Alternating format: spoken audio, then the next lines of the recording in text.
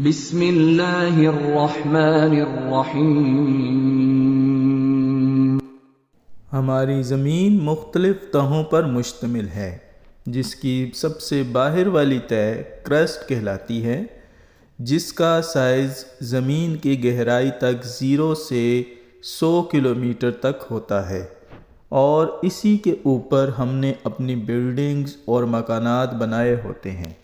ہماری زمین کا یہ کرسٹ مختلف پلیٹس یعنی کہ مختلف ٹکڑوں پر مشتمل ہوتا ہے، اور یہ ٹکڑے آپس میں ہر وقت حرکت میں اور رگڑ کھا رہے ہوتے ہیں۔ ان ٹکڑوں کو یا پلیٹس کو ٹیکٹونک پلیٹس کہا جاتا ہے، جن کی حرکت میں رکاوٹ کی وجہ سے زلزلے آتے ہیں۔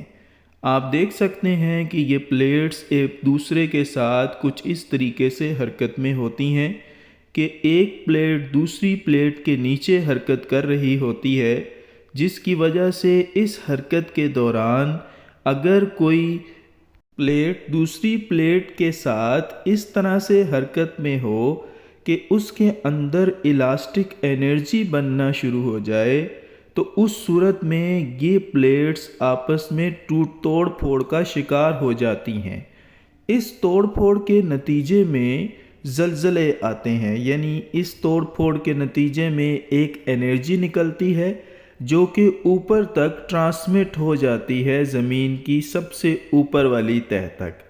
جس مقام سے یہ انرجی زمین کے اوپر کی جانب نکل کر آتی ہے، اس پوائنٹ کو ہم ایپی سینٹر کہتے ہیں، اور یہی وہ ایپی سینٹر ہے جس کے قریب کے علاقے زوردار قسم کی وائبریشن سے کانپ جاتے ہیں۔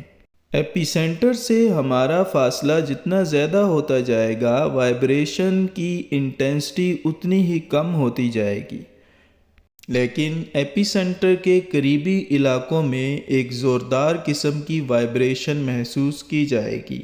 ہم یہ دیکھیں گے کہ دنیا میں آنے والے 10 بڑے زلزلے کون کون سے تھے۔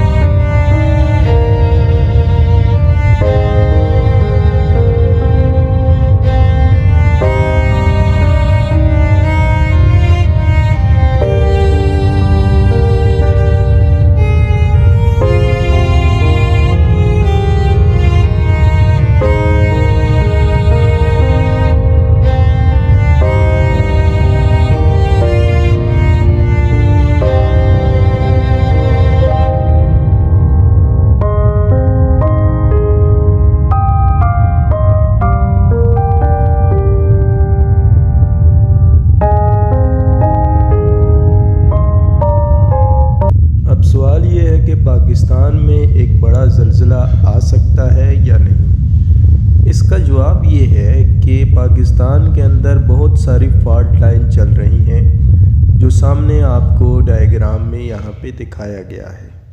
اب یہ فالٹ لائن میں سے کچھ جو ہیں وہ ایکٹیو حالت میں ہیں، اور کچھ جو ہیں وہ ڈورمنٹ حالت میں ہیں، لیکن حرکت ضرور ہو رہی ہے۔ ریڈ کلر میں جو آپ کو یہاں دکھایا گیا ہے، یہاں پر موجود علاقوں میں جو فالٹ لائن ہے وہ ایکٹیو فارم میں ہے، اور جو گرین کلر میں آپ کو یہاں دکھایا جا رہا ہے وہ فالٹ لائن ڈورمنٹ حالت میں ہے۔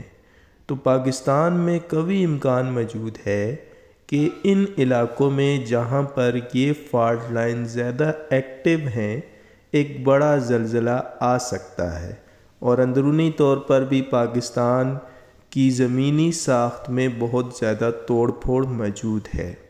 تو پاکستان کی تاریخ میں 8 اکتوبر 2005 میں ایک ایسا سانحہ گزر چکا ہے جس میں 7.2 میگنیچیوڈ کا زلزلہ پاکستان میں آیا اور کشمیر اور بالا کوٹ کے علاقے کو تباہ و برباد کر دیا۔ زلزلہ بذات خود نقصان دہ نہیں، لیکن اس کی وجہ سے جو عمارتیں گرتی ہیں ان کے گرنے کی وجہ سے ڈیتھس ہوتی ہیں، یعنی لوگ مرتے ہیں۔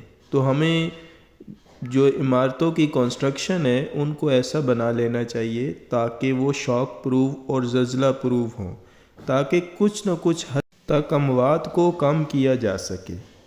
آخر میں اللہ تعالیٰ سے دعا ہے کہ پاکستان کو اس قسم کی قدرتی آفت سے محفوظ فرمائے۔